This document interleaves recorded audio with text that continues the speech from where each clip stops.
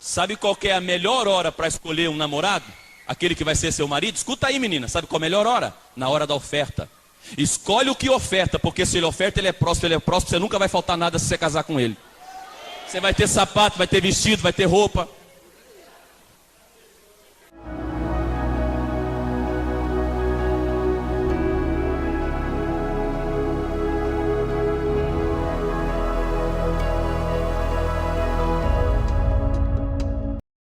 Olá, meus irmãos, sejam muito bem-vindos ao canal Falando Sério e ao canal Originais Gregos da Bíblia.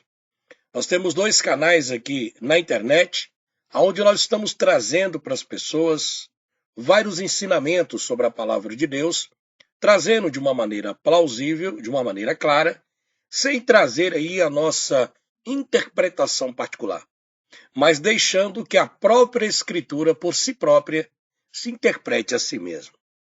O nosso objetivo nestes dois canais não é estar trazendo aqui confusão e nem discórdia na mente de ninguém, mas sim esclarecendo de uma maneira bem simplificada possível tudo aquilo que as pessoas têm dúvidas sobre a palavra de Deus.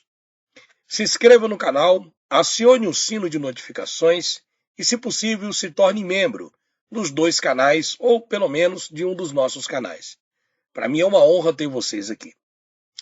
Pessoal, nós vamos trazer aqui algumas perguntas que eu acredito que seja de suma importância para todas as pessoas que estão aí em frentes de trabalhos evangélicos, nas igrejas, nos púlpitos. Eu estou me referindo aos pastores, às pastoras, os bispos, aquelas pessoas que se intitulam apóstolos nos dias de hoje. Como eu disse, o meu objetivo não é estar aqui humilhando a ninguém e nem defamando ou denegrindo a imagem de ninguém, mas trazendo apenas um esclarecimento plausível sobre muitas coisas que estão fora da palavra de Deus. É claro que você já deve ter visto através da internet muitos comentários e muitos estudos sobre a questão de dízimo e oferta. Pode ser que você já ouviu tanto falar sobre isso que você não queira ver o meu vídeo, mas eu te aconselho a você assistir o vídeo, é rapidinho até o final, que eu tenho absoluta certeza que você vai ter aí algumas coisas que serão esclarecidas.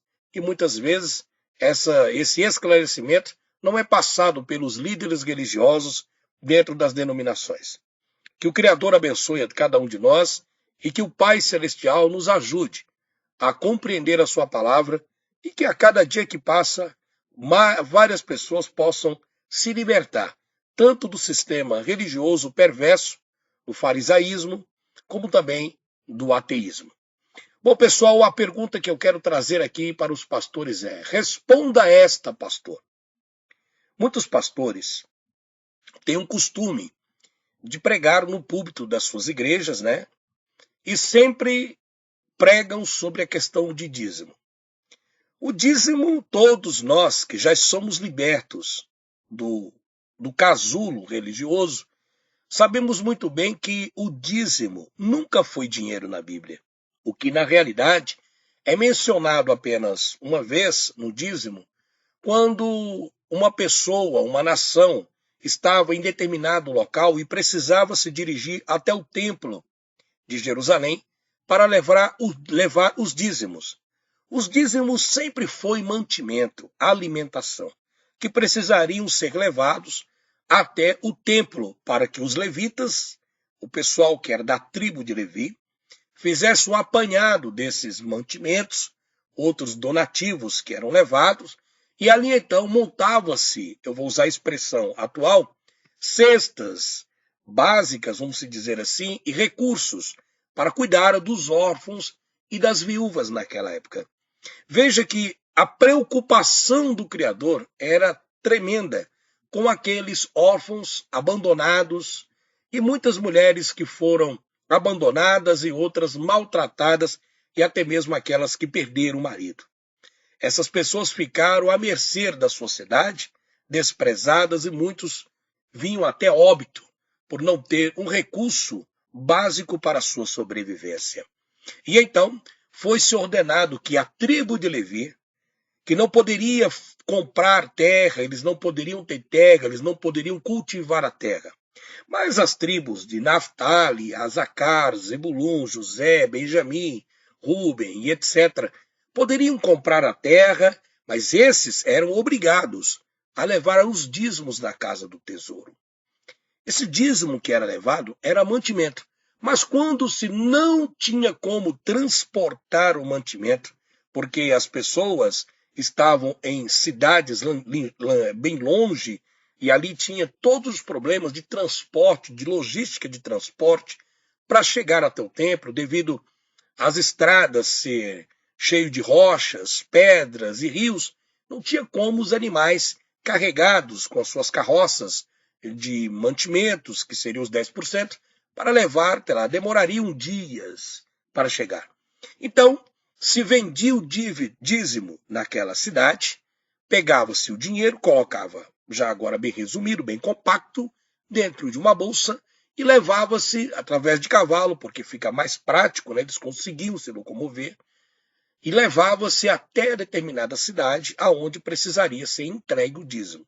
Ali, ele não entregava o dinheiro para o levita, mas ele pegava esse dinheiro, que era os 10%, comprava os dízimos, de acordo com o que ele vendeu, e ali então ele levava até os sacerdotes levitas, os levitas tiravam a parte das viúvas, dos órfãos, também se alimentavam com aquilo, e o próprio dizimista também se alimentava do dízimo. Vocês entenderam? Não há segredo algum sobre isso. Eu vejo que hoje muitas igrejas evangélicas têm um grande problema em falar a verdade para as pessoas concernente a isso. Bom, pessoal, cada um acha que deve dar o dízimo, outro diz que não deve dar o dízimo, etc. Eu prefiro ficar com as escrituras, porque é ela que devemos seguir.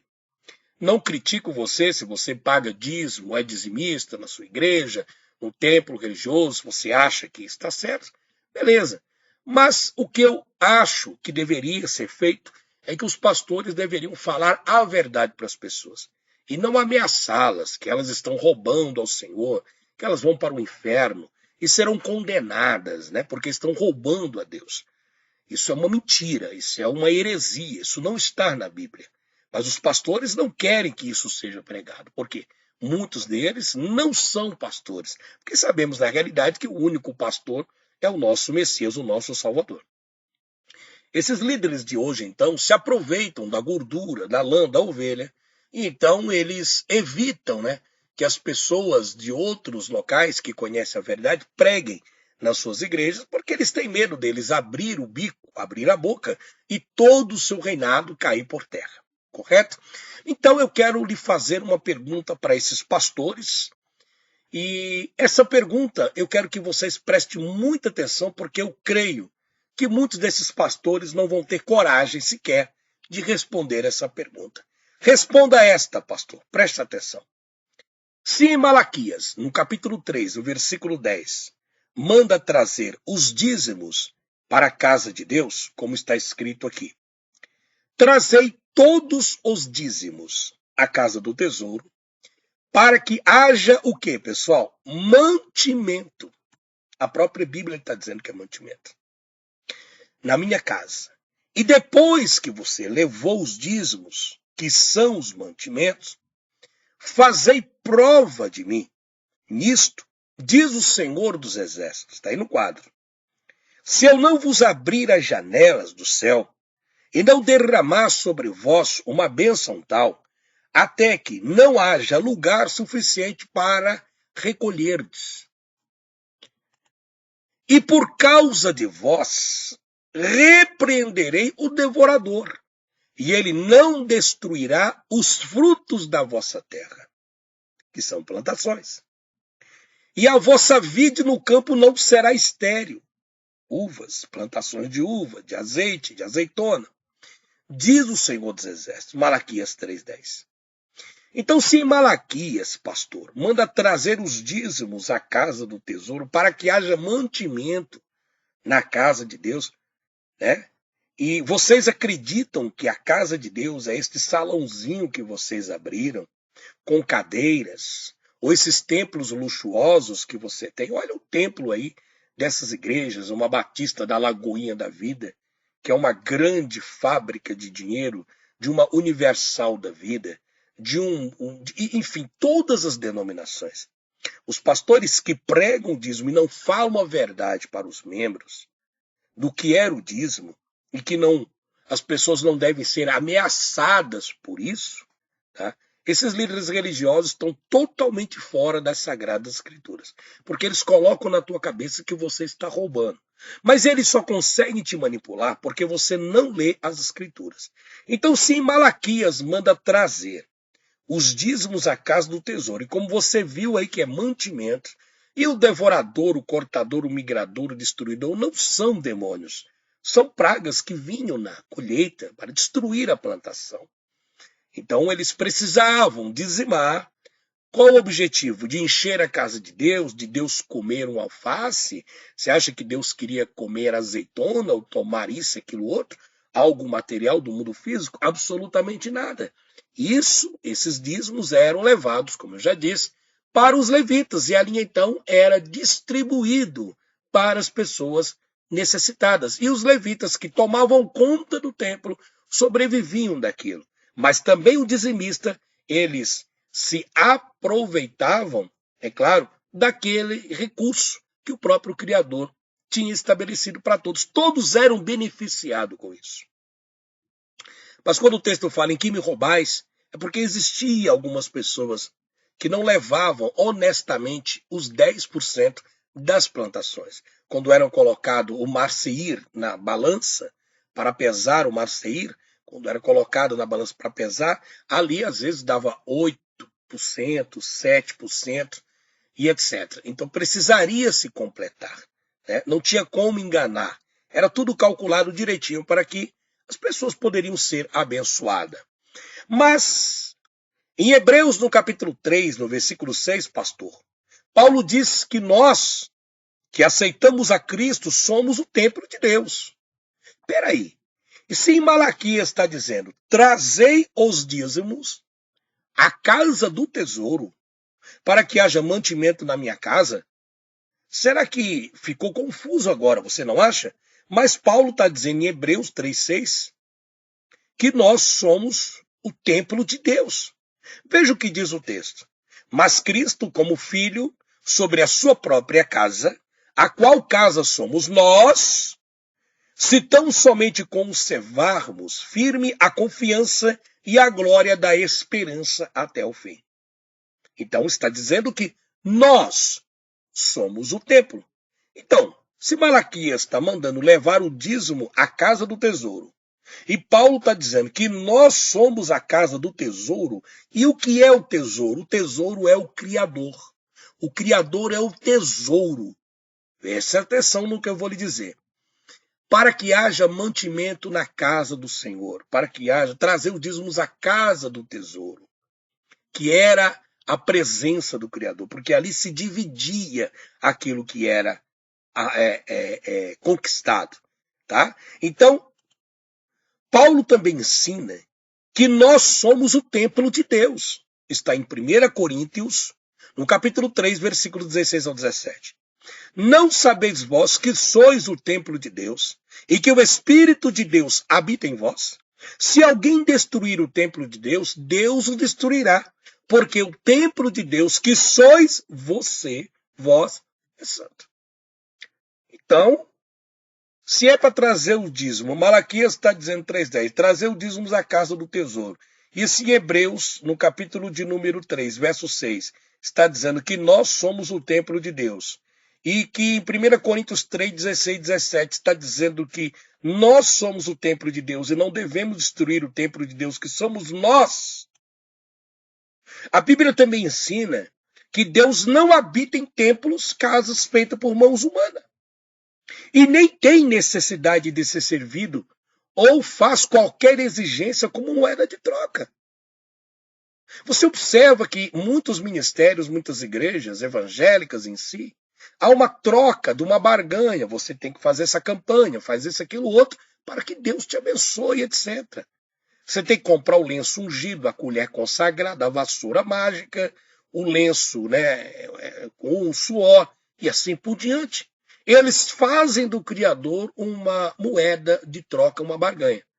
Bom, em Atos Apóstolos, capítulo 7, versículo 47, quando um pastor chegar para você e dizer que você tem obrigação de devolver o que é de Deus, fica estranho, porque parece que se Deus nos dá um presente para uma pessoa, ele não pega de volta esse presente.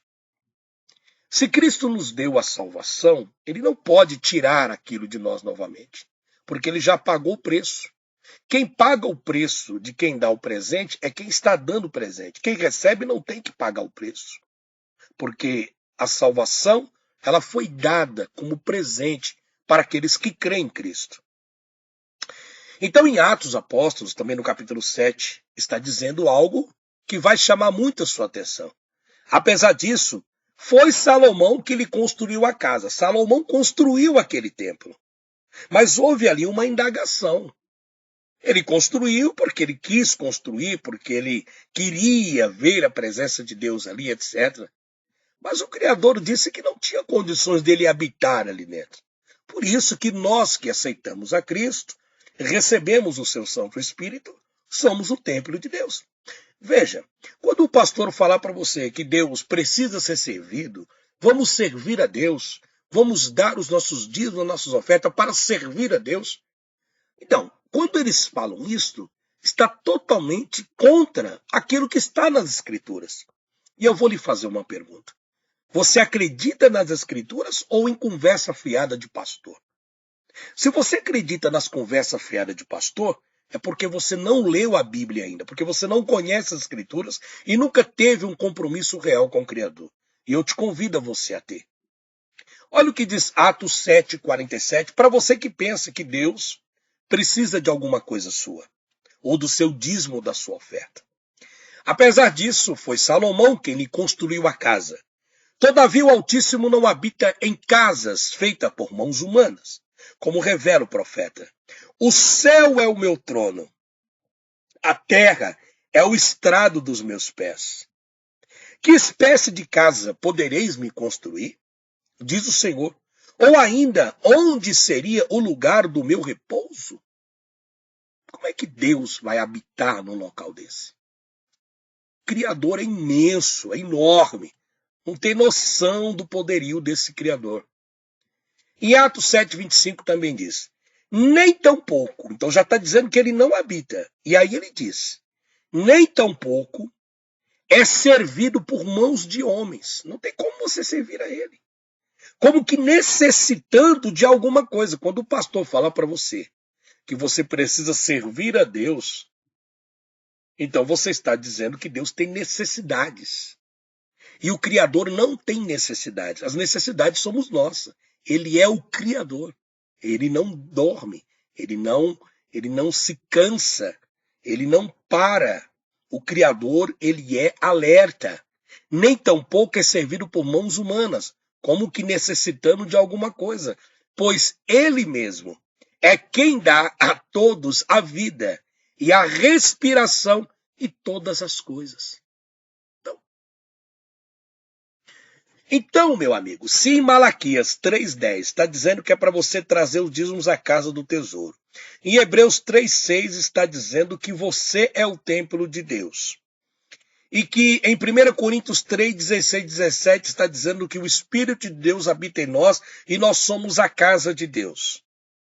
E se em Atos dos Apóstolos, capítulo 7, diz que Deus não habita em templos nem em casa. Ele habita em humanos que aceitaram a Cristo. E ele não tem necessidade de ser servido por mãos de ninguém. Então a pergunta que eu quero lhe fazer. Então por quê? Por quê? Deixe aqui no comentário. Por que você dá o teu dízimo em um galpão com uma placa? Tudo bem. Eu vou até dar uma trégua para você. Mas nós precisamos nos reunir. O líder, o pastor precisa pagar o aluguel, pagar a conta de água, pagar a conta de luz. Tudo bem. Não há pecado nisso. Não tem problema nenhum. Desde que fosse explicado para as pessoas que estão ali, né, que ali não tem ninguém melhor do que ninguém. Porque a maioria desses líderes religiosos procuram os melhores lugares nos púlpitos para serem vistos, para mostrar que são pessoas especiais. Em cima do púlpito é o presbítero, o evangelista, o pastor, o tal, os pregadores engravatados, etc. Então, é aqueles fariseus do fim daquela época de Cristo que estão. O espírito do farisaísmo ressuscitou nos esses líderes religiosos nos dias de hoje. Então, meu amigo, presta atenção. Enquanto você leva o teu dízimo para esses templos que o Criador não está lá, não precisa de nada, absolutamente nada, o teu irmão passa fome. Responde aí para mim. Responde aí, pastor. Vocês aqui embaixo vão dar uma série de desculpas. Vão até me ofender. Não tem problema. Mas esta é a verdade. Se vocês congregam numa igreja e gostam de congregar, etc., beleza. Quem sabe da verdade, sabe da verdade. Não tem como mais você voltar para a escravidão. Mas se os pastores, pelo menos, não usassem títulos ou com barganha com o Criador, mas que pelo menos revelasse para as pessoas a verdade sobre o dízimo, que não ameaçasse as pessoas com gafanhoto, migrador e cortador, que explicasse que dízimo na Bíblia nunca foi dinheiro, sempre mantimento, e que explicasse que o Criador não habita ali, que ali era apenas um local onde eles devem se reunir, e que se as pessoas quisessem, poderiam contribuir para pagar o aluguel ali, etc., mas que tudo fosse mostrado às claras. Que se arrecadasse alguma quantia em dinheiro, que aquilo fosse distribuído em igual modo para que as pessoas mais necessitadas tivessem ali a oportunidade de se beneficiar por aquele suposto dízimo que você leva. Então, ao invés de você dar o seu dinheiro para esses templos luxuosos, religiosos, pegue e dê uma cesta básica, uma ajuda, alguém no farol, qualquer coisa. Você estará fazendo, certo? Aquilo que é de ordem do Senhor Jesus. Ame ao teu próximo. Ame ao teu próximo, como a ti mesmo. Eu quero agradecer do fundo do coração a sua participação aqui no nosso canal. Muito obrigado por assistir o nosso conteúdo. Divulgue os nossos vídeos, caso você queira. Deixe aqui o seu comentário. Alguns comentários nós colocamos para análise devido às ofensas, principalmente de ateus perseguidores, delinquentes perseguidores que tem aí, e também muitos cristãos revoltados com a verdade. Lembre-se, a terra é plana e nunca foi uma bola. E outra coisa que você precisa saber, dízimo nunca foi dinheiro. Dízimo sempre foi mantimento. Se você quer contribuir com alguma coisa na igreja ou para alguém, contribua com o teu próximo, com aquele que está realmente necessitado. Um abraço. Até o próximo trabalho. Tchau, pessoal.